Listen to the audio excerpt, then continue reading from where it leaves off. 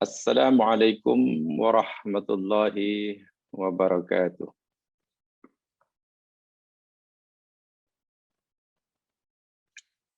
Innal hamdalillah nahmaduhu wa nasta'inuh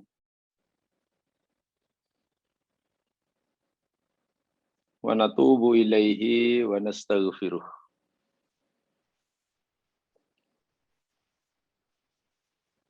Wa na'udzu billahi min syururi anfusina wa min sayyiati a'malina.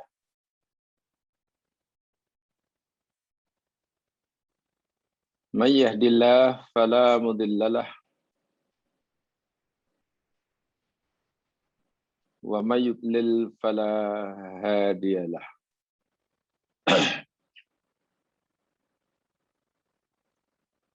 Asyhadu an la ilaha illallah wahdahu la syarikalah wa asyhadu anna Muhammadan abduhu wa rasuluh.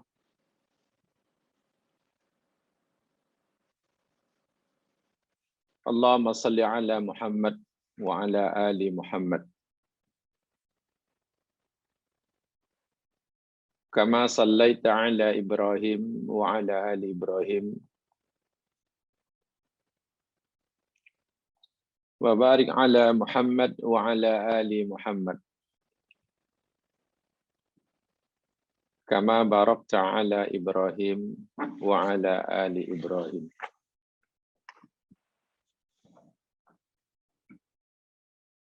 Innaka Hamidum Majid.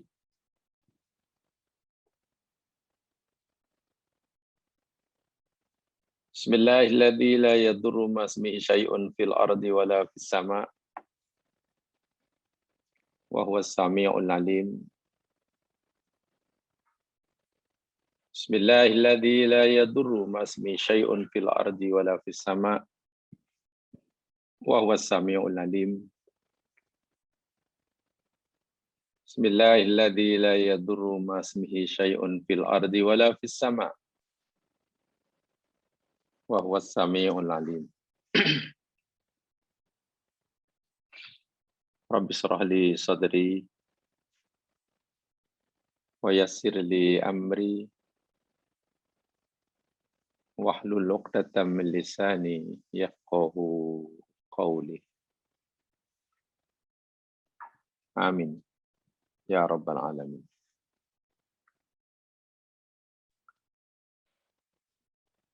Muslimin muslimat, ikhwati wa akhwati fillah, dimanapun berada, didoakan mudah-mudahan sentiasa mendapat pelindungan, bimbingan, hidayah daripada Allah Subhanahu wa taala dalam setiap langkah. Mudah-mudahan Allah terima setiap amalan yang telah kita lakukan selama ini. Dan Allah tunjukkan kepada kita amalan-amalan yang lebih baik yang kita akan lakukan pada masa hadapan, lebih baik daripada apa yang telah kita lakukan pada masa yang lalu. Amin.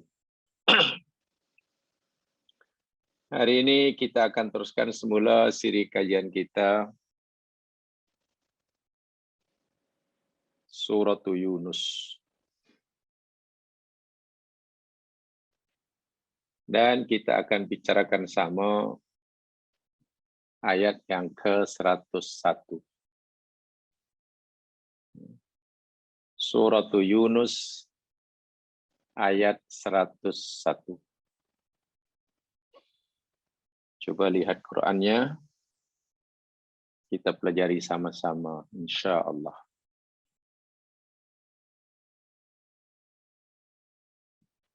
A'udzu billahi minasy syaithanir rajim.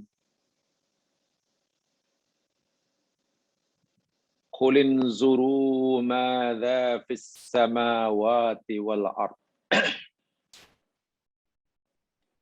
Wa ma tughnil ayatu wan nudhuru an qaumil la yu'minun.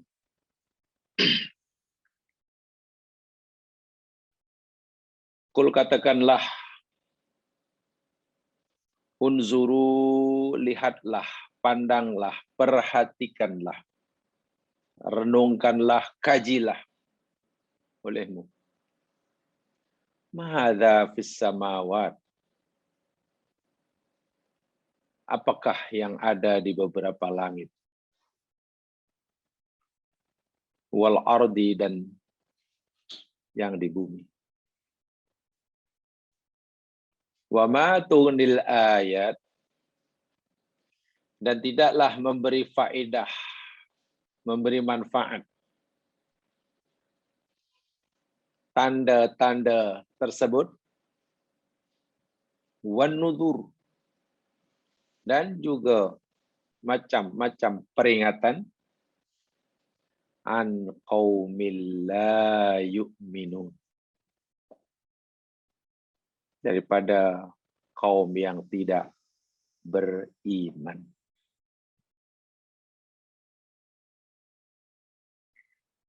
Ayat ini masih ada sambungan kaitan dengan ayat sebelumnya. Jika kita perhatikan ya mas sekalian, ayat sebelumnya berbicara tentang iman. Yang mana iman itu mesti dilakukan oleh seseorang atas dasar pilihan mereka.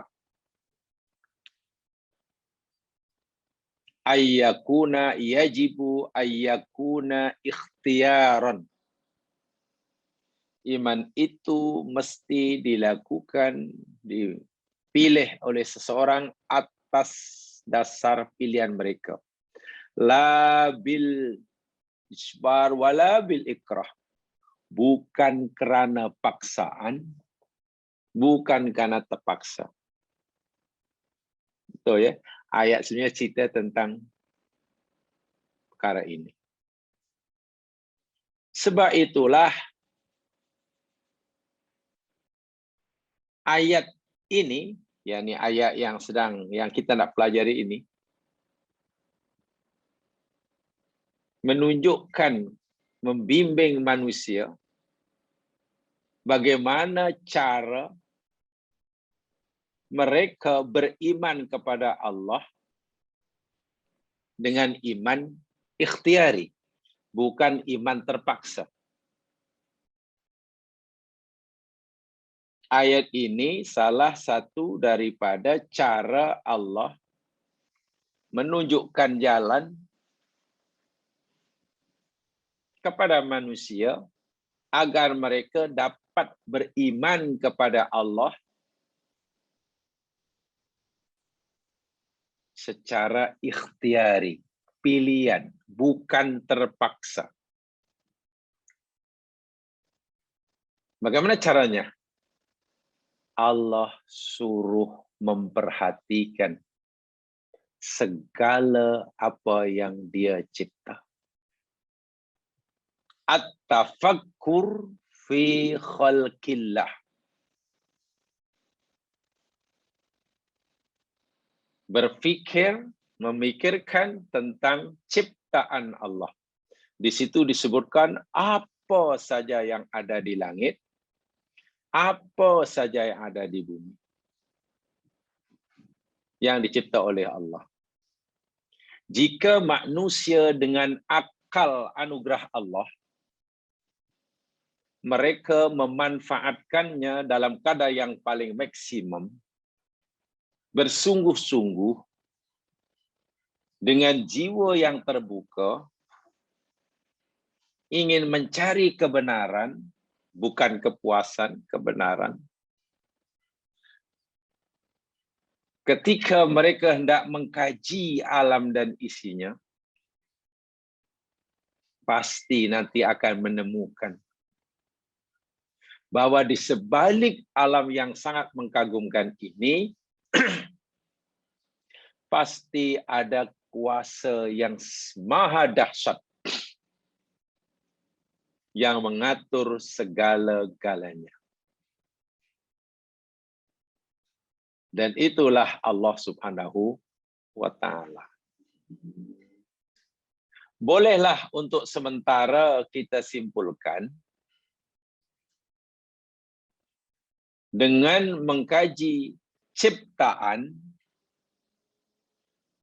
diharapkan orang itu akan kenal siapa penciptanya. Iman yang seperti ini akan menjadi kuat karena imannya berdasarkan bukti, fakta, dan lain sebagainya, dan lain sebagainya. Jamaah yang dirahmati Allah sekalian,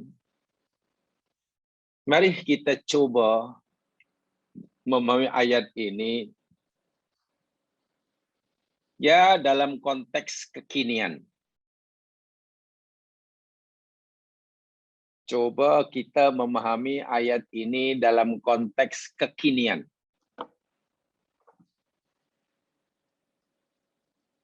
Saya katakan begini, agama kita Islam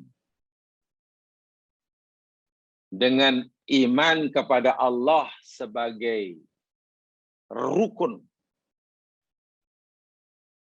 tiang yang terpenting dalam agama kita, meyakini, mengimani adanya Tuhan yang Esa dan sains yang saya masukkan di sini yakni ilmu yang dimiliki seseorang hasil kajiannya terhadap ciptaan Tuhan. Itu sains. Memahami segala ciptaan Allah. Ilmu hasil pemahaman seseorang terhadap ciptaan Allah. Itu sains yang saya maksudkan. So antara agama Islam, tauhid, dengan sains, jangan ada pemisah. Jangan ada pemisah. Saya coba menyampaikan tafsir kekinian. Umat Islam sepatutnya khasnya, umat Islam khasnya, seluruh manusia amnya, sepatutnya menitik beratkan dalam masalah berpikir, dalam masalah kajian, mengkaji, kemudian berinovasi dalam kehidupan. Kita maklum, tradisi menggali ilmu adalah menjadi tunjang dalam tamadun Islam. Saya ulangi. Tradisi menggali ilmu, mengkaji segala yang dicipta Allah itu merupakan tunjang dalam tamadun Islam. Dan juga tamadun-tamadun lainnya yang merintasi pelbagai disiplin ilmu. Ilmu sains umpamanya. Saya sebut sains maksudnya yakni ilmu yang diperoleh seseorang hasil kajian terhadap alam dan isinya. Objeknya adalah ciptaan. Objek kajiannya adalah segala yang dicipta.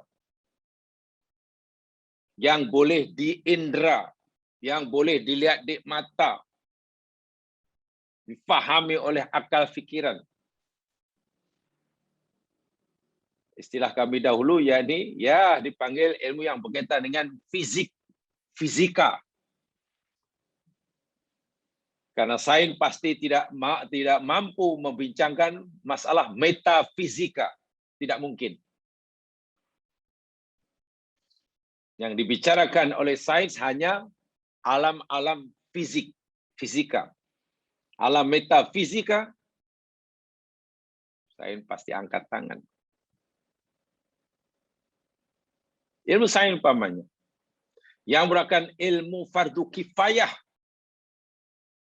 itu yang disepakati.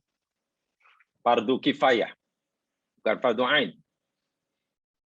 Bukan menjadi penghalang bagi umat Islam, tetapi justru ianya menjadi jambatan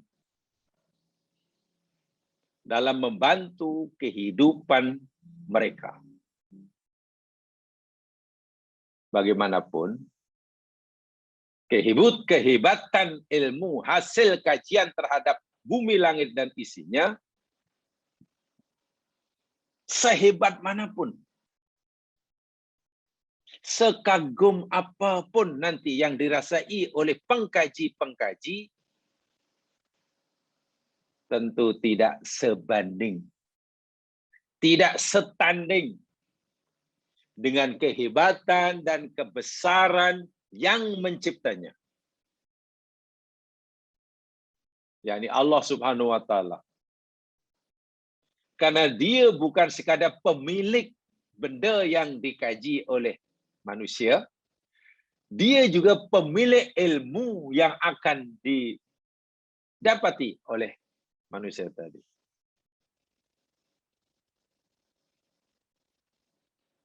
Ayat mudah. Seseorang tidak mungkin mengetahui akan kehebatan Allah yang Maha Mencipta yang sifatnya gaib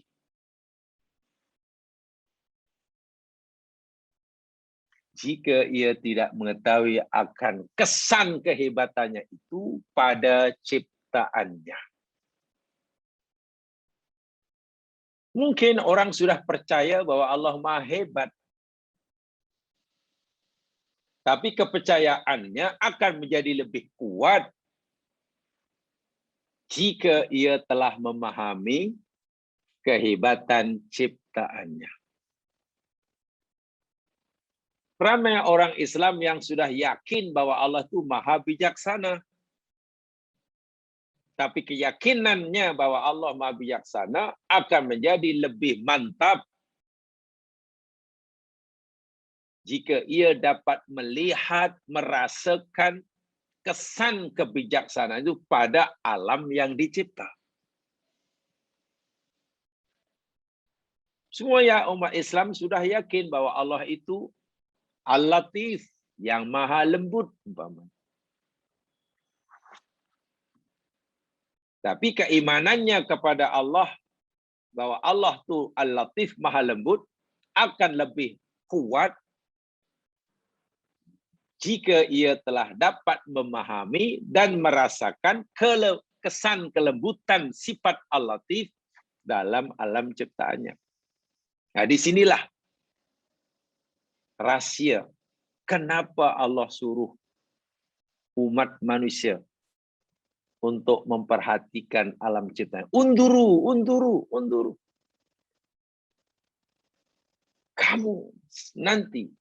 Kamu sendiri nanti dengan sendirinya akan menemukan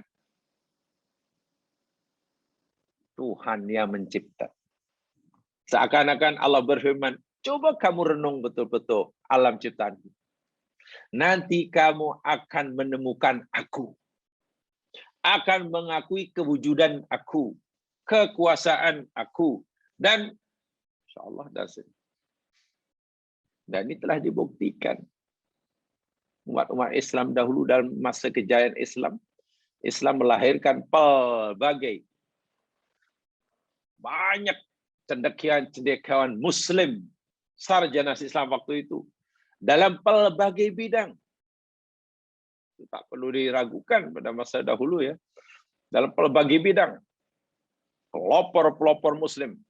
Dalam bidang sains, dalam ekonomi, dalam perubatan, astronomi, biologi, matematik. Saya cerita tentang keahlian mereka dalam bidang ilmu ini ya. Saya tidak bicara tentang akidah. mereka. Ya, contohnya Ibnu Sina yang menguasai dalam ilmu kedokteran, walaupun mungkin dari segi akidahnya, ya akhir-akhir ini dipertikaikan, betulkah akidahnya? Itu cerita lain. Saya cerita kemahiran. Kelebihan beliau dalam bidang perubahan. Tib. Dipanggil Midad Sina. Kita kenal Ibnu Rusdi. Subhanallah. Kita dengar nama Az-Zahrawi. Nama Ibnu Khaldun. Al-Khawarizmi. Dan banyak lagi. Orang-orang ini yakni terdorong, tergerak hatinya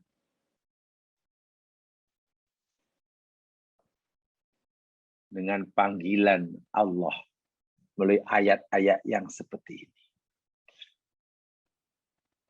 Dan manfaat atau jasa mereka terhadap tamadun Islam saat itu luar biasa.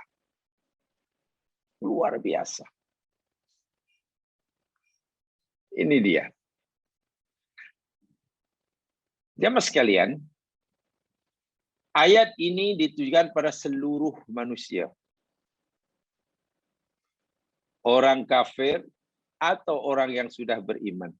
Disuruh memperhatikan apa yang Allah cipta di langit dan di bumi. Untuk meyakinkan mereka yang dah yakin bahwa Allah itu ada, Maha Kuasa, Maha Esa. Dan untuk meyakinkan mereka yang belum yakin bahwa Allah itu ada dan Maha Kuasa. Bagi mereka yang tidak meyakini adanya Allah, dengan mengkaji penciptaan Allah, diharapkan akan terbuka jalan buat mereka untuk meyakini kewujudan penciptanya. Syaratnya bersungguh-sungguh dalam kajian. Sementara yang sudah yakin akan kewujudan Allah, diharapkan keimanannya akan bertambah dengan mereka mengkaji ciptaannya. Sebab jamaah sekalian, ayat ini sebenarnya juga menjadi cabaran, tantangan bagi umat Islam. Kalau boleh saya katakan begini. Ini kan cerita tentang kewujudan Allah. Cerita tentang keimanan kepada adanya Allah yang maha, yang serba sempurna dalam semua sifatnya. Yang punya sifat kesempurnaan, yang tidak mempunyai sifat kekurangan. Kan itu kan dia punya poinnya. Masalahnya, kaifa athbatahul mu'minun, kaifa athbatahul muslimun bil aqli. Bagaimana orang muslim, orang mukmin yang dah beriman menetapkan adanya Allah dengan bukti-bukti yang boleh diterima oleh akal sehat.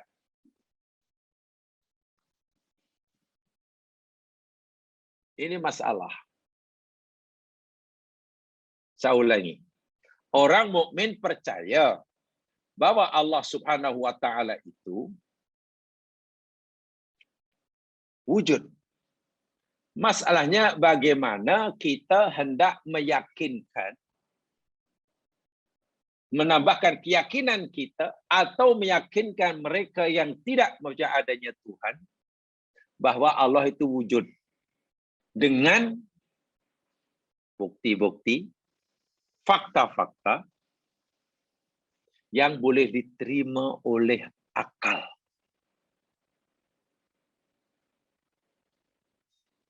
Sebab apa? Kalau kita meyakinkan orang yang belum percaya bahwa Allah itu ada dengan dalil Al-Quran pamannya, ya qala Allah Ta'ala, Allahu ladzi, ya mana mereka percaya? Mau sebelah qala Allah Ta'ala, qala Ta'ala banyak, mana mereka percaya? Quran keseluruhannya pun mereka tolak. Ya, Nabi kita bersabda bahwa Allah itu ada. Mana percaya? So, cabaran orang mukmin bagaimana meyakinkan orang-orang yang tidak beriman pada adanya Allah dengan bukti-bukti yang boleh diterima oleh akal. Mungkinkah itu? Mungkin. Bahkan Al-Quran menyuruh kita mencari bukti-bukti yang boleh diterima di akal. Yakni mengkaji alam semesta itu. Sebab itulah yang sekalian, al-aqlus salim wa tafkirul aqlani, akal yang sehat dan berfikir secara akli, akal yang sehat, cerdas, dan berfikir secara akliyah, ia akan membimbing, ia akan arahkan manusia ila ma'rifatillahi azza wa jalla, kepada makrifat Allah Subhanahu wa taala. Ini bukan perkara yang baru. Bahkan hadza mattafaqa alaihi ulama'ul aqidah. Ini perkara yang telah disepakati oleh seluruh ulama akidah. Berfikir akal yang sehat, berfikir secara akli, jernih maksudnya, boleh membimbing, ia akan menunjukkan jalan bagi kepada seseorang untuk lebih mengenali Allah Subhanahu wa taala. Wal ulama'ul akhyar wal uqala'ul abror, cendekiawan-cendekiawan yang terpilih, pemikir-pemikir yang jujur, yang dibimbing oleh wahyu tentunya. Ramai daripada mereka yang memberitahu kita bahwa untuk meyakinkan, menambah keyakinan diri akan kewujudan Allah dan meyakinkan orang lain yang belum meyakini adanya Allah, itu dengan memahami ayat-ayat yang diciptanya. Ayat diciptanya. Tetapi sebagaimana dalam ayat yang kita pelajari ini, Allah kata wa matunil ayatu wan nuduru an qaumil la yu'minun. Itu Allah dah kata begitu. Sebanyak manapun ayat bukti yang kamu tunjukkan, seterang apapun fakta saintifik yang kamu jelaskan, ia tidak memberi apa-apa faedah. Ia tidak akan merubah pendirian orang-orang yang tidak yakin, yang tidak beriman. Ya, tapi tak mengapa. Sekurang-kurangnya dalil bukti sudah ditunjukkan. Jadi jika mereka menolak kebenaran, sedangkan dalil telah ditunjukkan dan mereka telah pahami, maka perbuatan mereka menolak kebenaran itu, tingkat kejahatannya bertambah. Berbeza dengan jika dia menolak kebenaran kerana kita belum berjaya memahamkan, menunjukkan bukti kebenaran tersebut. Lain kan? Orang tolak kebenaran. Kenapa tolak? Karena kita belum berjaya membuktikan kebenaran tersebut dengan bukti-bukti. Ya memanglah dia jahat. Tapi orang itu akan menjadi lebih jahat bila ia menolak kebenaran sementara bukti-bukti kebenarannya telah dijelaskan. Jadi tidak sama. Sama-sama menolak kebenaran, tingkat kejahatannya menjadi berbeza. Sebab itulah, dalam ayat itu saya ulangi, Meskipun ayatnya kamu sudah jelaskan, faktanya sudah kamu terangkan, tapi sebanyak manapun bukti, ia tidak mengubah pendirian mereka. Mereka tetap beriman, bukti itu akan mereka tolak. Tetap mereka akan tolak. Sehingga ada ulama soleh berkata, inna fulanan, ada orang berkata pada inna fulanan qad aqama ala wujudillahi alfa dalilin. Tuan Syekh, ada seorang manusia telah dikemukakan kepadanya 1000 dalil dah. 1000 bukti akan kekuasaan Allah. 1000 fakta tentang kekuasaan Allah. Bukan satu.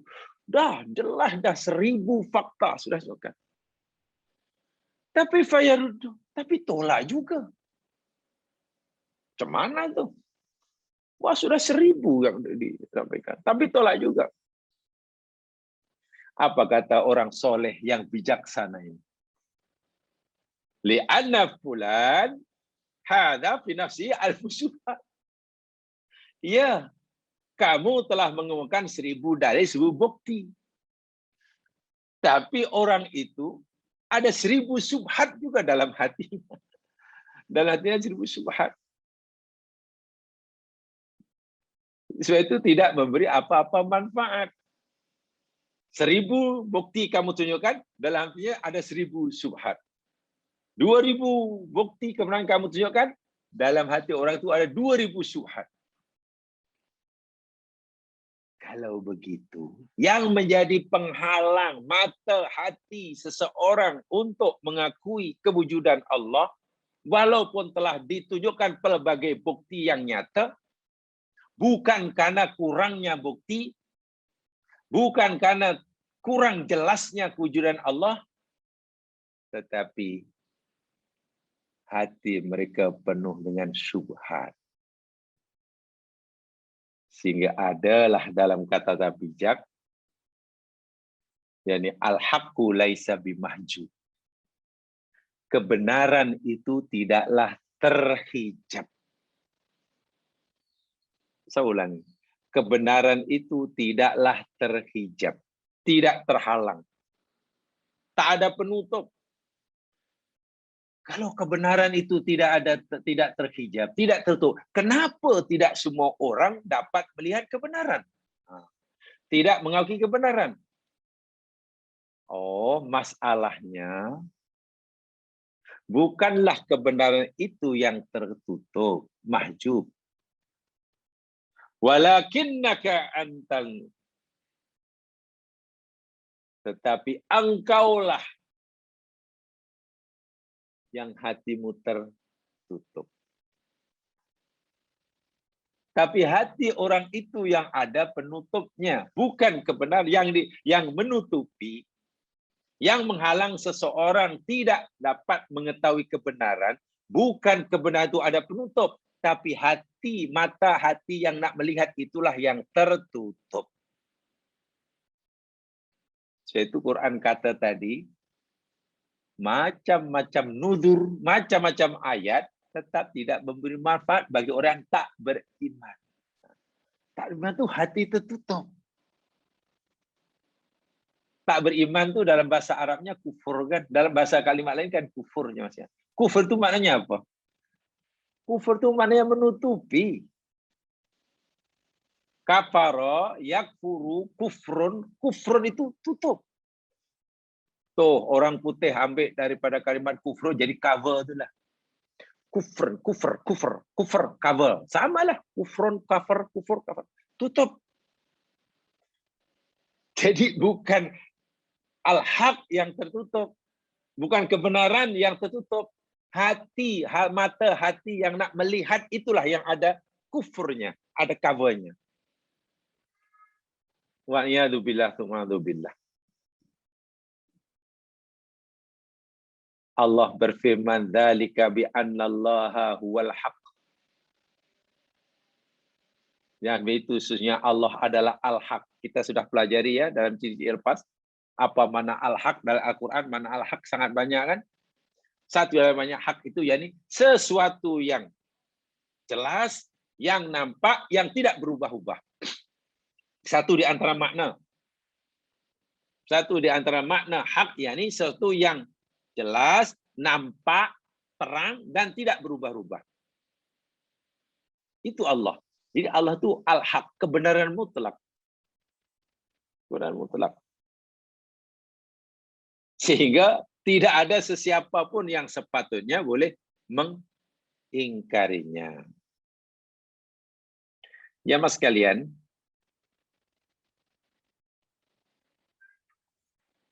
tentang nyata dan terangnya Allah bagi orang yang sudah mempercayainya.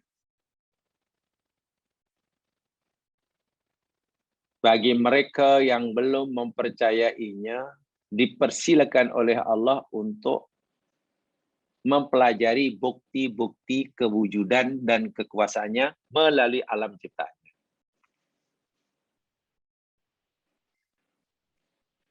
Ada satu riwayat yang riwayat ini disandarkan, dikata ia doa yang pernah dipanjatkan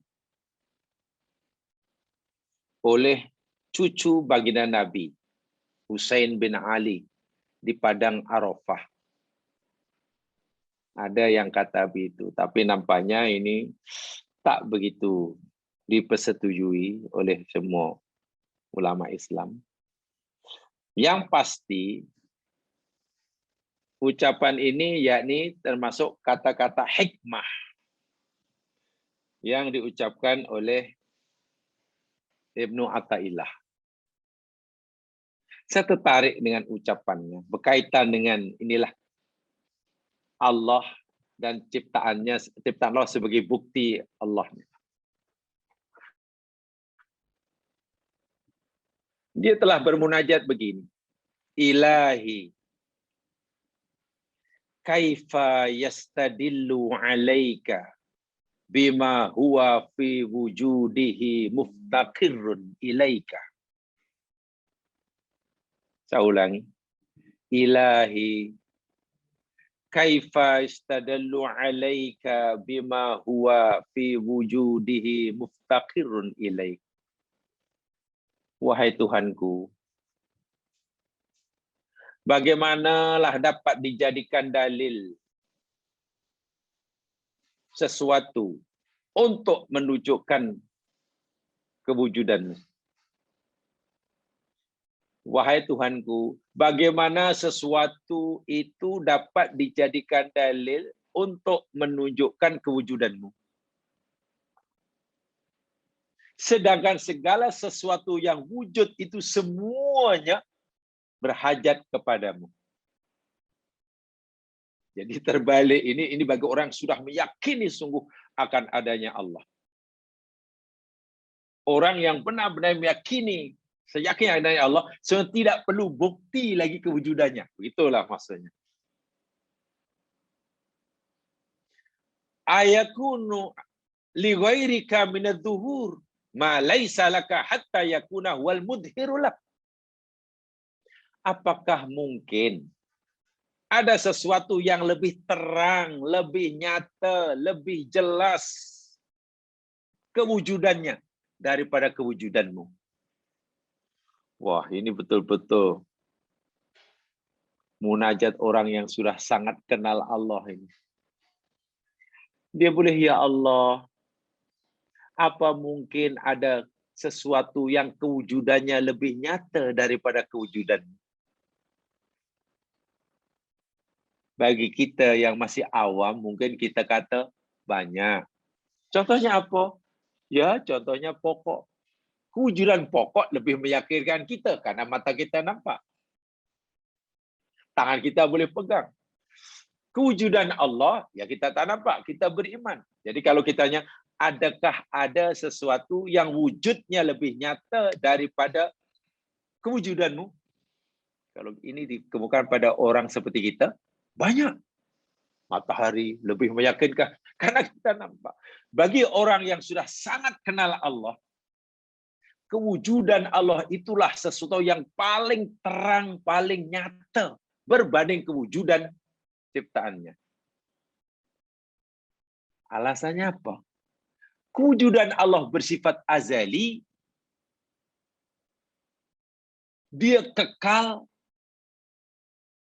sementara kewujudan yang lain, kullu man 'alaiha fan, semua nanti semua asalnya tidak ada, menjadi ada, dan kemudian menjadi tidak ada semula, hancur kata Allah. Wa yabqa wajhu rabbika dzal ikram. Sesuatu yang asalnya tidak ada menjadi ada, kemudian akan tiada. Mana kewujudannya? Ya semula samar-samar lah. Sedangkan kewujudan Allah ini kekal abadi. Bagi orang yang sudah mengenali Allah, dia akan merintih mengadu pada Allah. Apa ada sesuatu yang wujudnya lebih nyata, lebih terang daripada kewujudan? Ayakuna li ghairika minadz-dzuhur ma laisa laka hatta yakuna huwal mudhib. Apa ada sesuatu selain engkau yang kewujudannya lebih nyata daripada kewujudanmu, sehingga ia menerangkan, menjelaskan, menyatakan kewujudanmu. Mata ghibta hatta tahtaju ila dalilin yadullu alaika. Ini munajat tingkat tinggi ya Mas Kani ya. Mata ghibta, ya Allah, bilakah engkau ini gaib sehingga diperlukan petunjuk yang dapat menunjukkan keberadaan. Ya Allah, bila engkau ini gaib sehingga engkau memerlukan petunjuk bukti akan wujudan.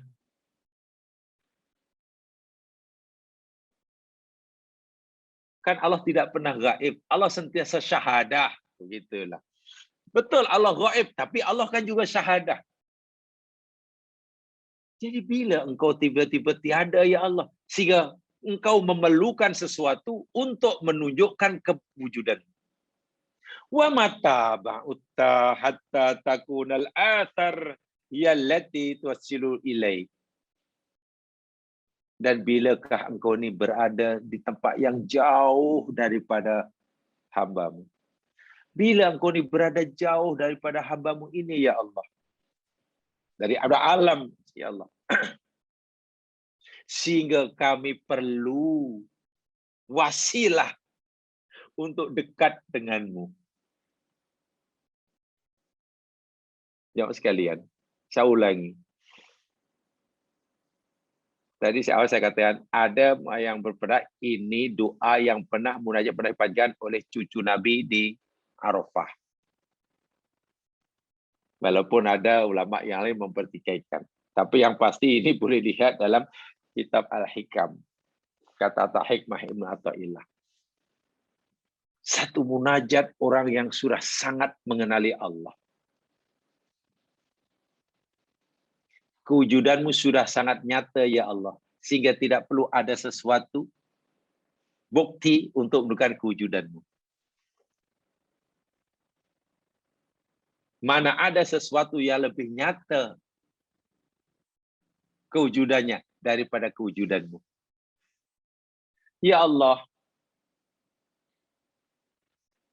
bila kamu gaib daripada kami, sehingga kami perlukan bukti untuk menunjukkan kewujudan. Ya Allah, bila engkau ini menjauh, jauh daripada hamba-Mu, sehingga kami perlu wasilah untuk dekat denganmu. Engkau sendiri pun kata, ini korib, ini korib, ini korib. Engkau kata, engkau dekat-dekat. Kenapa aku mesti mencari kendaraan masa engkau jauh? Itu orang yang sudah sangat tinggi ya. Ma ra'aitu syai'an illa wa ra'aitullah qablahu wa ba'dahu wa ma'ahu. Sungguh ya Allah, aku tidak melihat sesuatu, melainkan aku melihat Engkau sebelumnya, berada sebelumnya, selepasnya, dan bersamanya. Ya ini bukan, jangan bayangkan kemudian bila orang itu melihat sesuatu lalu Allah ada di situ, bukan. Tadilah nampak kesannya, kekuasaannya. Jadi bila melihat pokok jamaah sekalian, ini sebetulnya satu daripada ringkasan yang dahulu kami dapat dalam pelajaran tasawuf moden oleh Allahyarham Dr. Hamka. Dr. Hamka, mungkin ada yang kenal. Dia mengarang buku tentang tasawuf, tapi tasawuf moden. Ya, beliau menggunakan istilah moden karena supaya ia boleh diterima, difahami, diamalkan oleh semua lapisan masyarakat, masyarakat bandar kah, masyarakat desa kah, orang awam kah, orang cendekiawan. Karena memang tasawuf amalan akhlak sehari-hari. Beliau menyatakan, bila orang sudah kenal dengan Allah, sebenar-benar kenal katanya, bila ia melihat pokok umpamanya, pokok mangga, dia kenal itu pokok mangga, dia tahu itu buahnya, nama jenisnya pokok itu. Tapi dia lebih, setiap kali melihat pokok mangga, yang lebih nampak, kelihatan, nyata, dan jelas ialah Jalalullah. Keagungan Allah dalam pokok mangga itu. Keagungan, sifat agung, kuasa Allah dalam mangga. Cemanalah jadi seperti itu. Pelbagai. Dia nampak kamalullah, sifat kesempurnaannya. Sifat kesempurnaan dalam pokok mangga dan buah mangga tadi. Dan sekaligus ia melihat jamalullah, sifat kecantikan dan keindahan Allah. Allah sedang memperlihatkan sifat keagungannya, kesempurnaannya, keindahannya, kelembutannya, atau apa saja sifat asmaul husna dalam pokok mangga itu. Terkumpul situ sehingga nampak pokok mangga.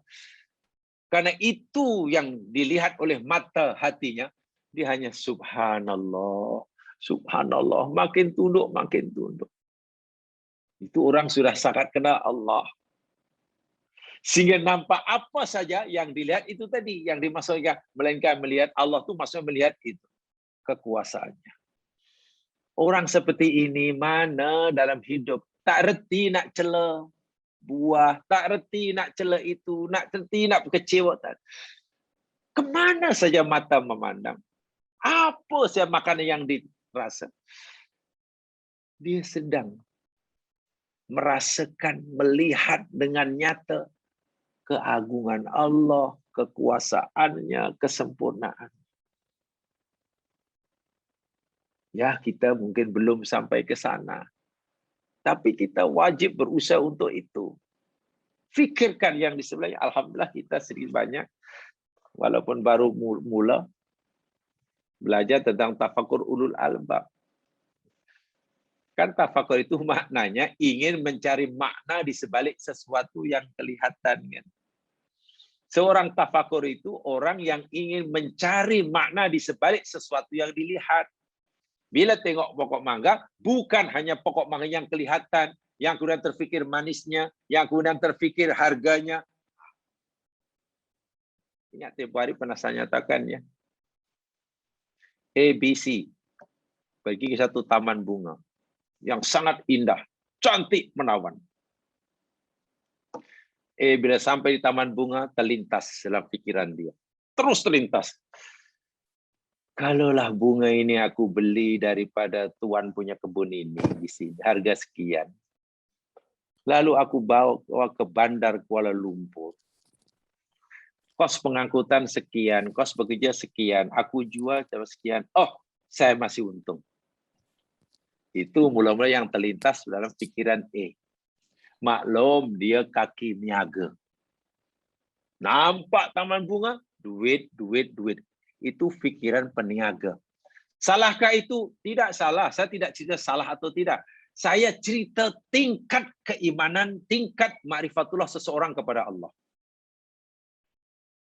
Bagi orang yang bermentaliti perniagaan, pastilah, oh, saya masih untung. Oke. Kalau saya mulai jumpa Tuhan punya kebun bunga ini. B pula melihat taman bunga yang indah. Terus ambil kertas. Pennya menari-nari di atas kertas. Terciptalah puisi nan indah. Puisi nan indah jadi koleksi. Maklum dia sastrawan.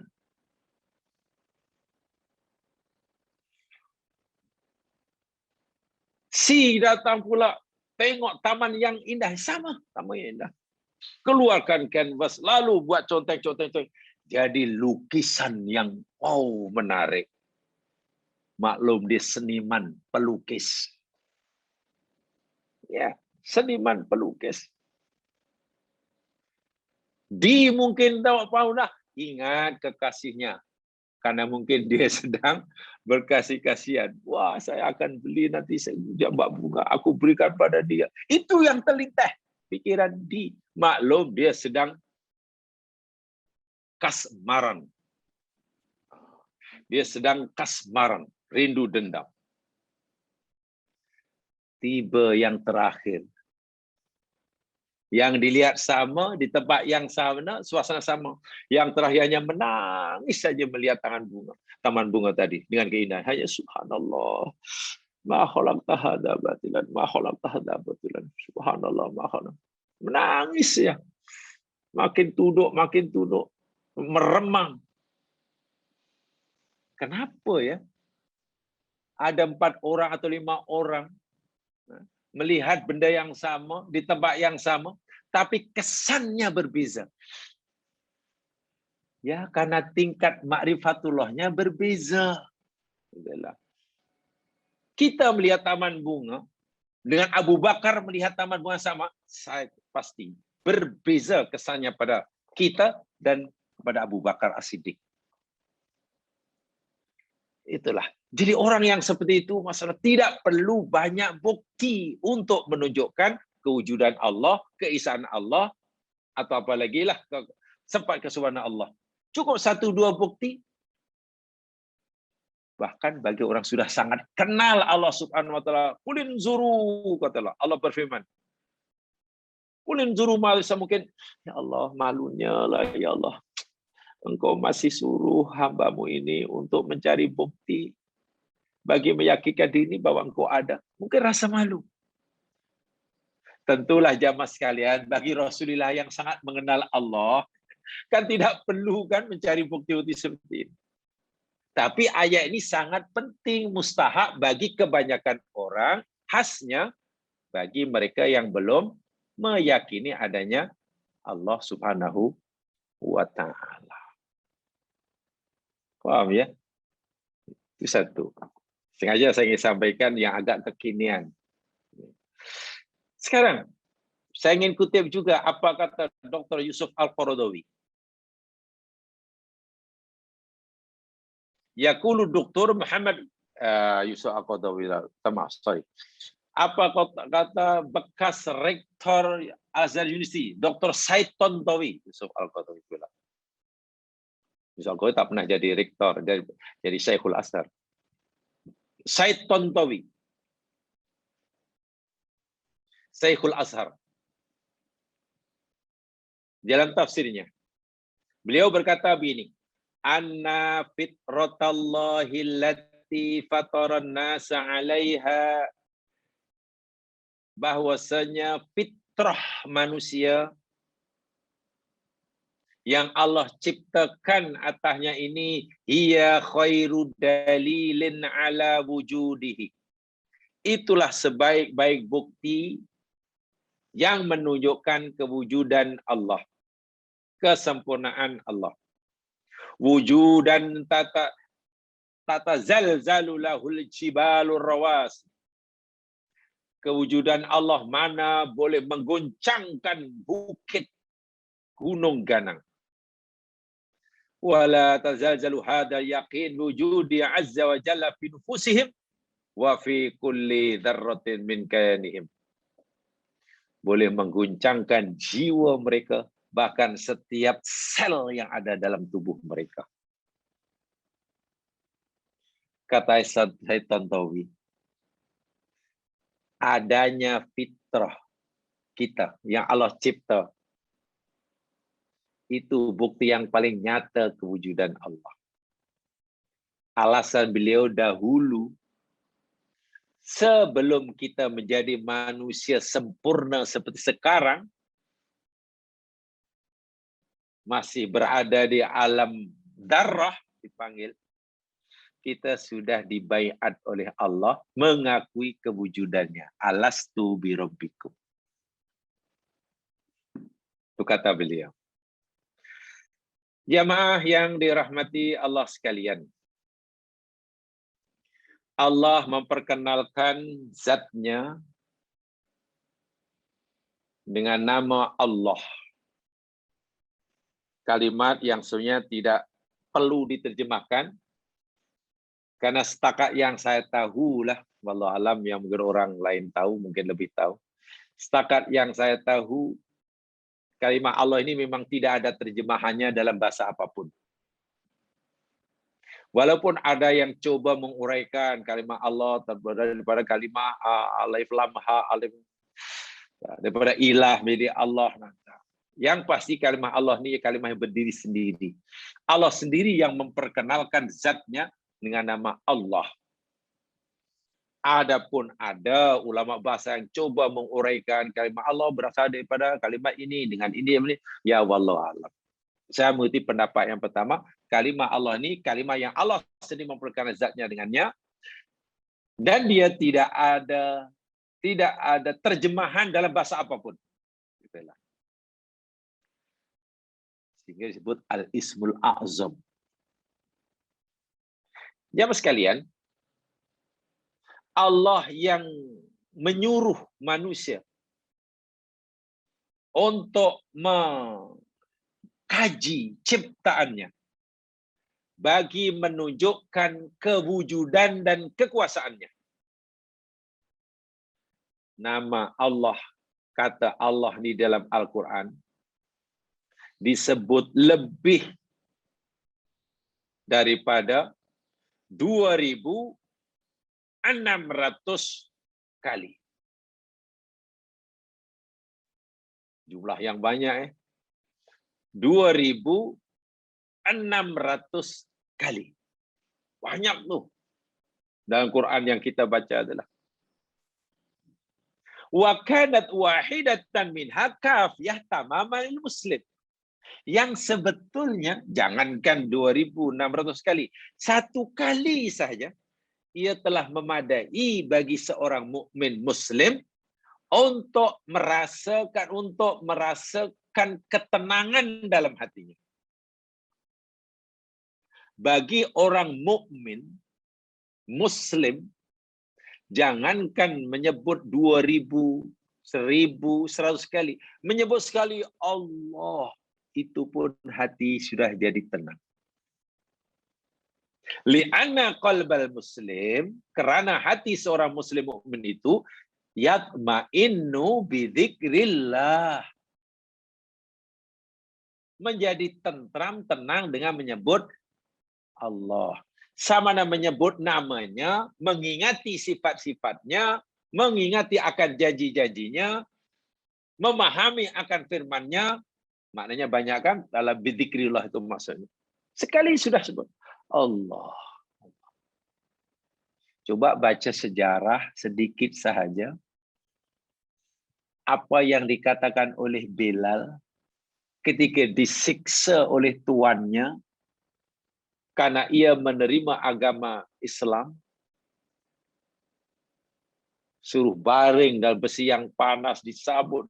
Memang tak diberi makan, tak minum. Bagaimana bila boleh bertahan, menahan kesakit itu, dan bagaimana hatinya boleh tenang? Dia hanya menyebut Allah, Allahul Ahad, Allahul Ahad, Ahad. Ya, hanya itu saja. Kalau kata azimat, itulah azimatnya. Bayangkan, kalimah Allah luar biasa. Hati jadi tenang, tentram, walaupun fisikanya disiksa luar biasa. Itu tentulah hati yang mengucapkannya, ya bukan hanya mulut deh. Yang betul-betul sudah kenal itu fitrah, kata saya Tontowi tadi. Illa annal muslimin kanu ya'isuna ma'a ghairil mu'minin. Hanya saja orang mukmin ini, kata saya Tontowi, hidup di tengah-tengah masyarakat bersama non-mukmin. Jiran-jirannya banyak yang muslim. Masalahnya kita bukan community muslim saja, banyak yang non-muslim. Mulai daripada Islam lahir hingga sekarang. Waqad rahal Qur'anul Karim qadiyata wujudillahi ta'ala burhanan 'alaiha. Dan Quran telah menunjukkan pelbagai dalil dan bukti akan kewujudan Allah. Masalahnya, walam yakunil Quran binasihi dalilan fi nadri ghairil mu'min billahi qata'an. Kata saya tertarik dengan tafsir kontemporer beliau. Masalahnya Al-Quran semata-mata itu sendiri ya, belum dianggap cukup sebagai bukti kewujudan Allah bagi non-mukmin. Bagi orang kafir. Sebab mereka tolak Quran. So, macam mana kita nak meyakinkan mereka Allah wujud? Dengan qaulullah Ta'ala, mana percaya? Itu kan masalah kita. Bagi kita tak jadi masalah. Keyakinan kita pada Allah tetap teguh. Walaupun mungkin hanya dengan satu ayat Quran yang cerita tentang Allah. Tapi bagi yang belum Islam, jangankan satu ayat, dua ayat. Seluruh Al-Quran pun ditolaknya. Jadi bagi mereka Al-Quran itu bukan, apa yang dikatakan Al-Quran itu bukan dalil. Itulah kewujudan Allah bagi mereka. Itu masalah. Fakanu idza qilat lahum adillatul Quran.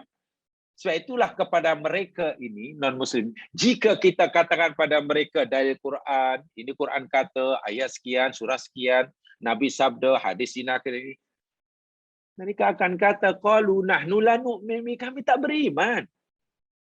Kami tidak percaya apa yang kamu kata, yang Quran kamu kata, yang Nabi kamu kata, kami tak percaya. Saya ingin bukti yang akal kami boleh terima. Bala nu'minu bil khaliq asal. Bahkan kami tidak percaya sama sekali. Lebih-lebih lagi yang ateis ya. Lebih-lebih yang ateis itu macam mana? Wa ma zalu multazimina bi iradati adatil aqliyah mahdah. Dan mereka akan terus-menerus menuntut kepada orang muslim. Jika muslim ini mau, mereka ini memeluk agama Islam. Apa yang mereka tuntut? Adillah akliyah. Dalil akli. Dalil yang boleh difikirkan oleh mereka berdasarkan fakta saintifik kalau dalam bahasa sekarang. Fi surat nihalkan walaupun sedikit. Jika kita mau mereka beriman. Kalau tidak, ya mereka akan tolak. Nah, karena itulah realiti dalam masyarakat, maka di dalam Al-Quran banyak ayat-ayat yang menyuruh mereka atau yang menyuruh kita untuk menyampaikan ayat itu pada mereka. Sekarang beginilah, kalau begitu tak apalah. Coba kamu pikirkan unta yang depan kamu. Coba kamu fikirkan langit yang ada di atas kepala. Coba kamu fikirkan bumi. Coba kamu fikirkan laut. Mereka perlu itu. Bagi mereka, mereka lebih memerlukan itu daripada Allah berfirman, ya Quran. Ya bagaimana mungkin? Ya itu sebenarnya. Ini ayat ini apa? Begitu. Dan satu di antaranya, satu di antara ayat yang mereka perlu renungkan betul-betul jika mereka katalah apa mau bukti secara saintifik untuk menunjukkan kewujudan pencipta alam semesta. Dan kata mereka, mereka baru akan beriman. Jadi Allah suruh mereka, betul, karena kamu ingin yang logik sekarang. Mari kita tunjukkan berfikir logik. At-tafkirul aqlan. Tafkirul aqlan itu berfikir logik. Berfikir logik. Mari saya tunjukkan ayatnya jamaah sekalian. Ini benar-benar ayat yang luar biasa. Boleh dijadikan hujah secara logik. Istilah kami belajar dulu namanya logika ketuhanan. Ya, saya tidak tahu mungkin istilah itu sebagai jamaah apa, tapi bagi kami dahulu masa menuntut istilah logika ketuhanan. Bukan logika manusia, logika ketuhanan. Karena apa? Maksudnya karena Allah juga menyuruh hambanya, khasnya yang belum beriman, untuk berpikir logik karena itu yang mereka tuntut. Dan Allah, ya silakan. Sekarang karena kamu ingin berpikir logik, sekarang aku tawarkan berpikir logik. Itulah maksudnya. Tapi coba logika ketuhanan tidak mungkin dapat dibantah. Mari kita lihat surah At-Tur. Tolong buka ayat Al-Quran. Surah At-Tur ayat 35 dan 36. Coba lihat.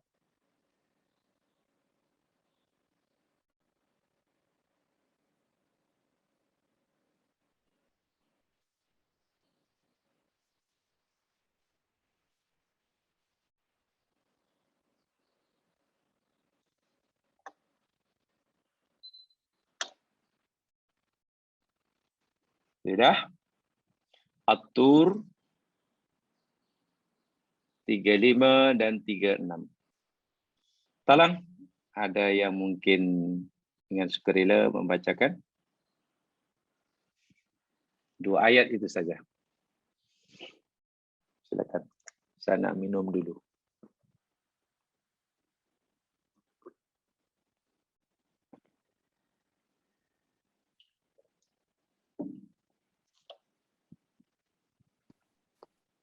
Saya baca Ustaz.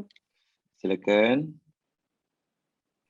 Auzubillahi minasyaitonirrajim. Am khuliqu min ghairi syai'in am humul khalifun.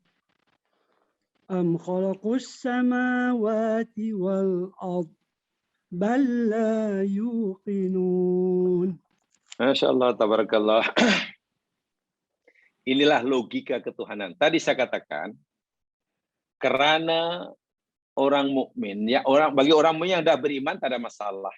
Bahkan bagi mereka yang imannya sudah sangat kuat, ma'rifatullah sudah sangat kuat, tidak perlu dalil. Bagi membuktikan kewujudan Allah, tidak perlu dalil. Karena bagi mereka tidak ada sesuatu yang wujud, yang mewujud, yang lebih nyata, lebih jelas kewujudannya, melebihi daripada kewujudan Allah. Wujudnya alam itu pun masih tidak jelas. Tidak jelas maksudnya, asalnya ada, kemudian sekarang ada, nanti tidak ada. Dulu belakang rumah tidak ada itu pokok. Sekarang ada pula. Lah tadi mati pula, kemana hilang? Adakah wujud macam itu yang menjadi bukti kewujudan Allah? Katalah. Bagi orang yang meyakini tidak perlu itu semuanya.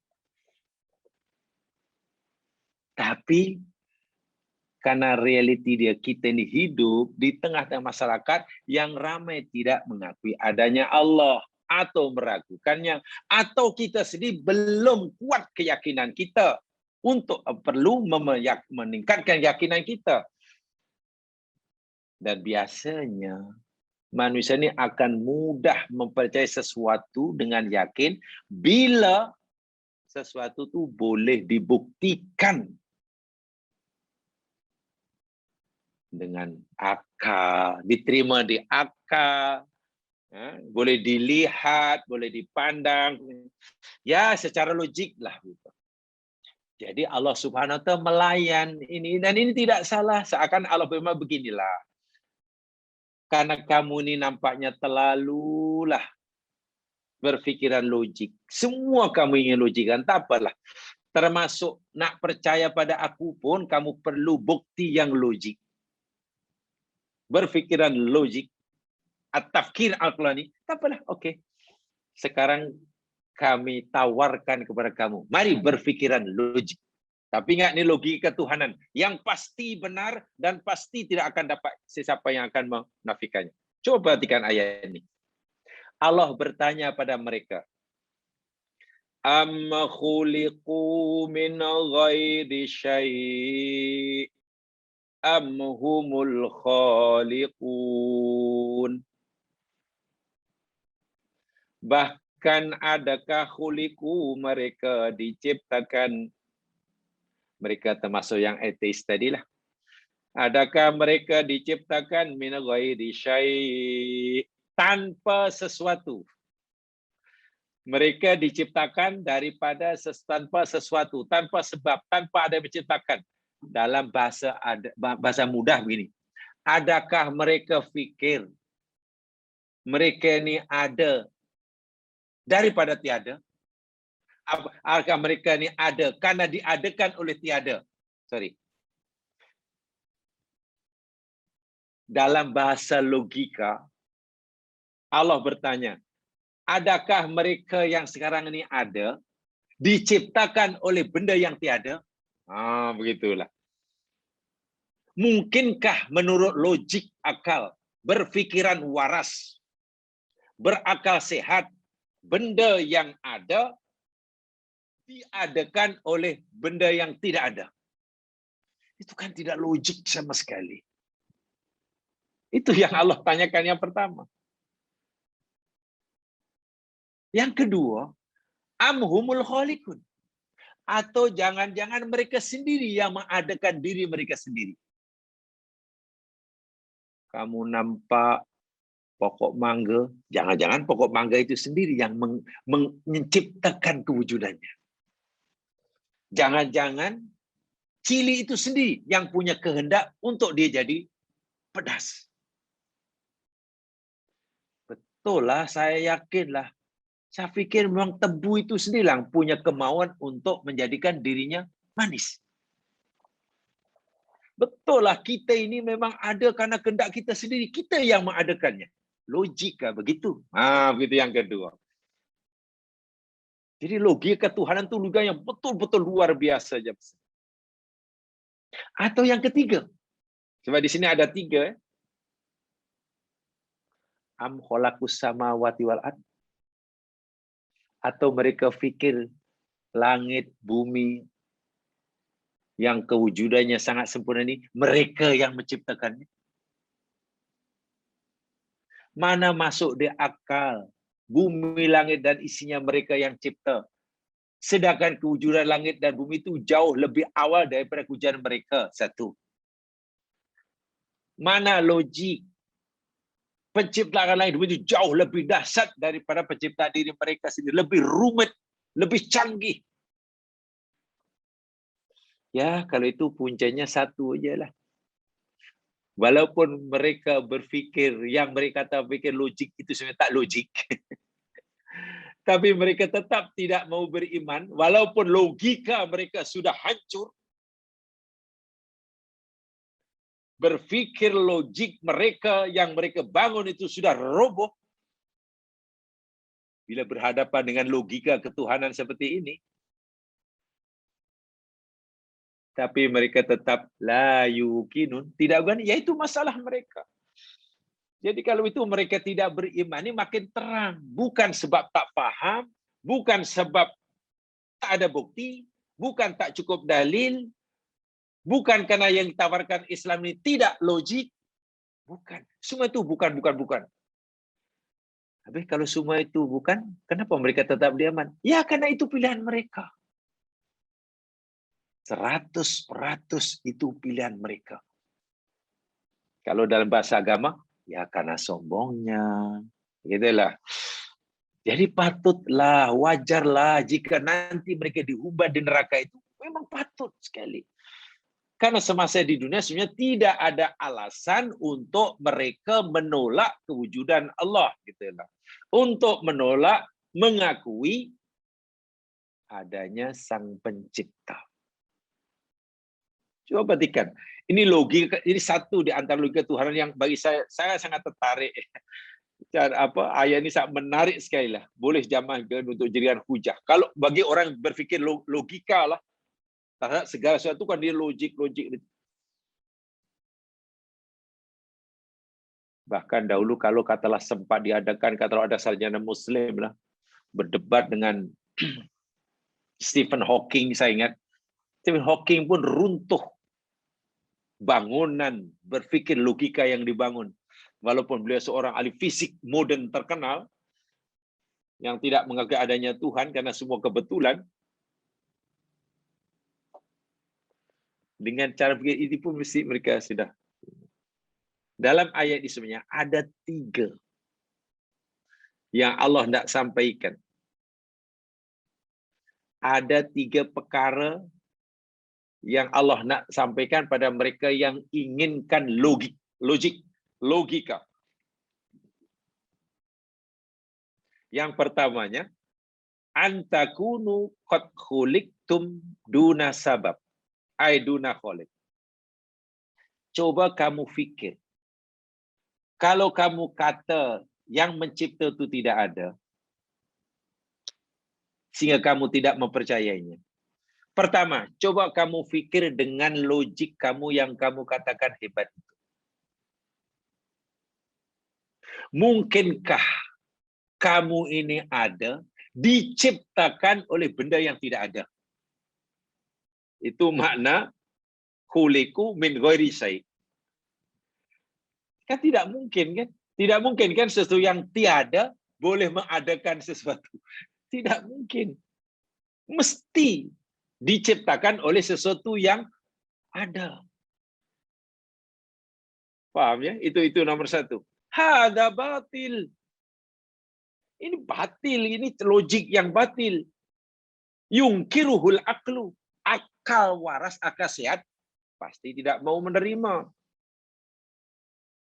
Fala fila dunal fa'il. Adakah perbuatan tanpa ada yang melakukannya? Tidak mungkin ada perbuatan yang maknanya masih kalah. Walaupun mereka ini seorang cendekiawan, seorang pemikir, bahkan seorang saintis tapi etis, rupanya kalah warasnya, kalah cerdasnya dengan Arab Badui di padang pasir yang saya ketemu hari. Ketika mereka ditanya tentang Tuhan, tentang ada tidak, mereka kata, al-ba'rah yadulu al-ba'ir. Minta maaf, najis unta. Ini ada najis unta. Ini sebagai bukti bahwa pernah ada unta di sini. Pernah ada unta di sini. Mungkin semalam, mungkin kemarin. Buktinya ada najisnya. Tidak mungkinlah ada najis unta tapi tak ada untanya. Itu berpikir yang sangat-sangat sederhana. Yang sebenarnya tidak perlu berpikir sangat detail. Tapi bagi saintis yang etis, tak sampai bunyinya. Jadi, logika yang mustahil, bila dikatakan ada sesuatu yang wujud, yang ada, dicipta oleh tiada. Atau, bila dikatakan sesuatu yang tiada, dapat mengadakan sesuatu menjadi ada. Itu makna, itu logika pertama. Khuliqu min ghairi syai'. Atau yang kedua, amhumul khaliqun. Yang kedua, ay antakunu khaliqi anfusikum. Atau gamaknya, kamu ada ini karena kamu sendiri yang mengadakannya? Kamu tidak mempercayai adanya aku yang mencipta segala sesuatu. Seakan-akan Allah itu. Apa ini bermakna kamu berpikir bahwa kewujudanmu itu kamu sendiri yang mewujudkannya? Ada lembu itu, kamu fikir sendiri lembu itu sendiri yang berkehendak mengadakan dirinya. Kamu pikir ada macam-macam tumbuhan yang pelbagai itu, mereka sendiri yang punya kemauan untuk mewujudkan dirinya. Ya, ini pun batil aidon. Kalau itulah cara berfikir pun batil juga, tidak betul. Secara mantik, secara logika, itu salah. Akal yang waras tidak akan menerimanya. Fala yakunu syai' sababan li nafsi. Karena logik berpikir waras tidak mungkin sesuatu itu menjadi sebab lagi kewujudan dirinya sendiri. Tidak mungkin. Tidak mungkin. Paham ya? Dan yang ketiga, itu lagi dasar. Itu alasan yang mematikan lah. Takunu qad khalaqtus samawati wal ard. Atau gamaknya lah, bumi langit ini ada karena kamu yang mengadakan. Agaknya matahari, bintang, dan sebagainya itu wujud karena kamu yang menciptakannya. Kalau kamu pikir begitu, siapa kamu? Kewujudan kamu ini baru hari ini, baru semalam, baru 10 tahun lepas, baru 5 tahun yang lalu. Lah, bumi langit sudah berbilion tahun. Iya pula. Lagi pula, mana mungkin benda yang lemah seperti kamu dapat menciptakan benda yang sangat dahsyat seperti langit dan bumi. Oh ya, tak mungkin juga. Ini pun hadza bayyinul fasad amaman nadhar. Ini adalah satu kerusakan yang nyata. Ini adalah satu keruntuhan berpikir logik mereka. Tidak boleh diterima dalam. Jadi memang mustahak yang sekalian ya. Belajar mantik itu memang mustahak. Sebab itu orang-orang Musyrik dahulu semua menguasai pelbagai cabang ilmu. Tak terkecuali namanya ilmu mantik. Ilmu mantik itu ilmu berfikir logik. Contoh ayat ini. Kalau ayat ini tidak dipahami sedikit banyak dengan ilmu mantik, susah kita namanya ayat ini jam sekalian. Dan ini ayat yang betul-betul sebagai senjata yang mematikan bagi golongan-golongan yang tidak mengakui adanya Allah atau bagi golongan-golongan yang meragui adanya Allah. Inilah ayatnya. Atau lebih tepatnya, ayat ini adalah senjata yang memusnahkan bagi mereka yang mendewa-dewakan pikiran logik mereka. Golongan-golongan rasionalis. Tapi etis. Ini ayat dia. Ya, kita mungkin tidak perlulah menyampaikan pada mereka qala Allah Ta'ala. Mungkin tidak perlu. Kalau kita sampaikan qala Allah Ta'ala kan, saya tak percaya kata Tuhan kamu. Ya cukup disampaikan mereka maksud ayat ini saja. Coba kamu renungkan 3 perkara saja. Runtuh jamaah sekalian berfikir mereka. Runtuh. Fala yabqa ba'da ibtal furudil muttajihah illa fatur wahid. Faqat. Ketiga-tiga tadi sudah runtuh. Sudah meruntuhkan maksudnya 3 logika ketuhanan tadi. Kalau itu tinggal satu lah. Maknanya pasti ada yang mengadakan kamu. Tidak mungkin benda yang ada tidak ada yang mengadakan. Pasti. Yang kedua, pasti tidak mungkinlah benda ada dia sendiri yang mengadakannya. Tidak mungkin, pasti ada yang mengadakan. Langit dan bumi, ya pasti bukan kamulah yang mengadakannya. Dan bukan dia yang mengadakannya. Jadi mau tak mau, secara sukarela, kamu mesti mengakui ayyakuna ilahun qad khalaqahum. Mesti ada Tuhan satu-satunya yang maha sempurna dalam semua sifatnya yang menciptakannya. Hakadha afhamud dalil al-aqli al-Qur'ani. Kullu munkarin liwujudillah. Inilah dalil akli yang Qur'ani. Dalil akli yang Qur'ani. Dalil akal tapi nakal. Nakal. Dalil kutipan Al-Quran tapi bersifat akli. Atau dalil akli yang berdasarkan Al-Quran. Inilah satu-satunya. Atau satu di antaranya lebih tepatnya. Atau paling nyata. Yang kami menggunakan dahulu istilah akli. Dalil akli ini yakni logika ketuhanan. Luar biasa ya Mas Ilan. Ada istilah logika ketuhanan, ada istilah logika kenabian. Oh, itu ada logika kemanusiaan. Dan logik kita ini berbanding logik Tuhan memang jauh. Logik kita berbanding logik kenabian jauh ya Mas Ilan. Saya nak beri satu contoh. Nabi datang ke Madinah susah kan? Susah. Sahabatnya pun susah. Siapa yang membantu, yang banyak beri bantuan pada Nabi dan sahabat Muhajirin ke Madinah? Ansor kan? Bagi bantu, yang tak ada rumah bagi rumah, yang tak ada senang. Ya, akhirnya mereka bolehlah makan, ada senanglah karena dibantu oleh Ansor yang kaya raya, gitu kan? Jamaah sekalian, ketika Nabi sudah senang, ekonomi sudah senang, sudah mantap, Makkah sudah boleh dikalahkan, Makkah sudah dikalahkan, kemenangan, harta banyak. Siapa orang yang lebih banyak diberikan harta oleh Nabi? Ketika Islam sudah sangat kuat, Nabi malah berikan harta lebih banyak pada orang Makkah yang baru masuk Islam. Masya Allah. Nabi berikan pada Muhajirin. Ya. Nabi berikan pada Muhajirin waktu itu. Orang Ansar mula-mula, ya Allah, ya Rasul, kenapa mereka dapat? Kami berperang juga, kami dapat. Selama ini kami yang bantu. Selama ini kami bantu engkau, ya Rasul kami. Mungkin itu yang dipikir oleh dahulu, bahasa mudahnya lah.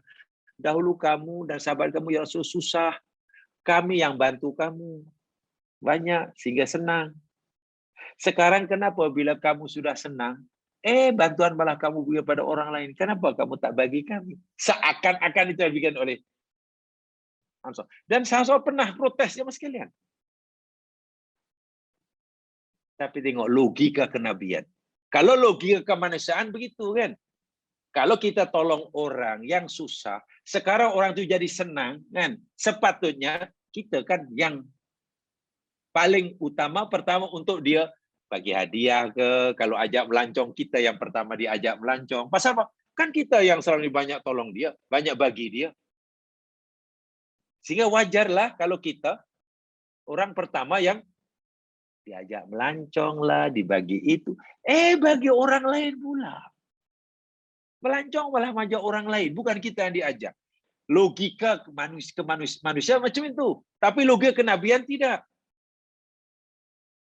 Nabi seakan-akan berkata begini, Ansor, selama ini kamu dah dipilih oleh Allah sebagai orang yang suka memberi, suka menolong, dan itu kemuliaan. Tidak semua manusia dipilih oleh Allah boleh memberi. Kamu adalah salah sebagian daripada hamba Allah yang dipilih menjadi hamba yang suka menolong, suka memberi. Teruskan sifat itu. Teruskan sifat. Kamu mulia. Bila kamu sudah mulia, berada di tempat yang tinggi karena kamu suka memberi, tiba-tiba kamu minta balik. Kenapa engkau tak bagi aku? Dahulu aku bagi kamu. Makom kamu tiba-tiba jadi jatuh. Daripada orang suka memberi, jadi peminta. Turun. Aku tak mau, wahai sahabat Ansor. Darjah kamu jadi turun. Daripada makhluk yang asalnya pemberi, menjadi peminta. Itu menurunkan darjah. Lagi pula, aku bagi orang-orang kafir, aku bagi kambing, mereka balik. Orang Mu'min mereka terus balik, bawa kambingnya, bawa untanya. Mereka balik dapat kambing, besar kambing. Kamu nanti balik ke Madinah membawa aku. Coba mana yang kamu nak pilih? Kamu maksud ingin bersama aku karena aku akan balik Madinah, atau kamu aku bagi kambing dan aku duduk Makkah? Menangis jamaah sahabat Ansor. Logika kenabian itu begitu. Rupanya bila kita ini sudah ingin membantu, tolong, supaya kita kekalkan makom itu sebagai pemberi. Jangan kita turun, kita jatuh lagi menjadi peminta. Logika manusia jadi begitu. Sepatutnya dia dulu aku tolong. Sekarang pula orang lain yang tolong. Sepatutnya aku yang kita sendiri menjatuhkan. Logika kenabian tidak begitu. Jadi memang tidak mudah mengikuti cara Nabi berpikir itu. Tidak mudah ya mas sekalian. Itu termasuk sunnah Nabi ya. Kalau jadi sunnah Nabi, kalau kita sudah dipilih jadi orang suka memberi, jangan sekali-kali turun darjah menjadi peminta. Paling tidak meminta kepada orang yang pernah kita beri. Itu kan tidak baik itu. Tapi dalam logika manusia biasa, macam itu yang sesuai. Jadi itu rugi bagi saya. Kalau kita belajar logika kenabian itu salah. Itu salah. Tidak salah, maksudnya tidak berdosa, tapi rugilah kita ya. Allah dah muliakan orang itu menjadi hambanya yang dermawan, itu jadi peminta pula. Kan hina kan? Kenapa tak teruskan saja terus jadi pemberi? Sebab itu Nabi ya digalakkan Ansor, jadilah Ansor, kau ini suka memberi terus sampai hingga mati, jadilah kamu sebagai orang yang suka memberi. Jangan sekali-kali meminta. Masya Allah. Itu kehebatannya ya Rasulullah. Jemaah sekalian, sementara itu yang saya sampaikan ada 3 ya, ada ayat-ayat ini ada 3 logika ketuhanan yang menjadi senjata pemusnah golongan-golongan etis. Yang rasionalis etis. Nanti kita akan tunjukkan bukti-bukti dalam alam semesta yang Allah kata sebagai bukti kewujudannya, apa tanda tanya? Sebab Allah kata, coba perhatikan tuh. Apa hasil pemerhatian kajian manusia jika betul-betul terhadap alam dan isinya nanti. InsyaAllah nanti ada di sana. Saya simpulkan ini ada 5 dalam berdasarkan apa yang saya pelajari. Mudah-mudahan ia menambahkan keyakinan kita kepada Allah SWT. Kita sudah yakin, supaya tambah yakin. Bagi belum yakin, supaya tambah yakin. Begitu. Mudah-mudahan diberkati oleh Allah. Subhanakallahumma bihamdika asyhadu an la ilaha illa anta astaghfiruka wa atubu ilaik. Illal ladzina amanu wa amilus salihat wa tawassaw bil haqq tawassaw bis sabr. Assalamualaikum warahmatullahi wabarakatuh.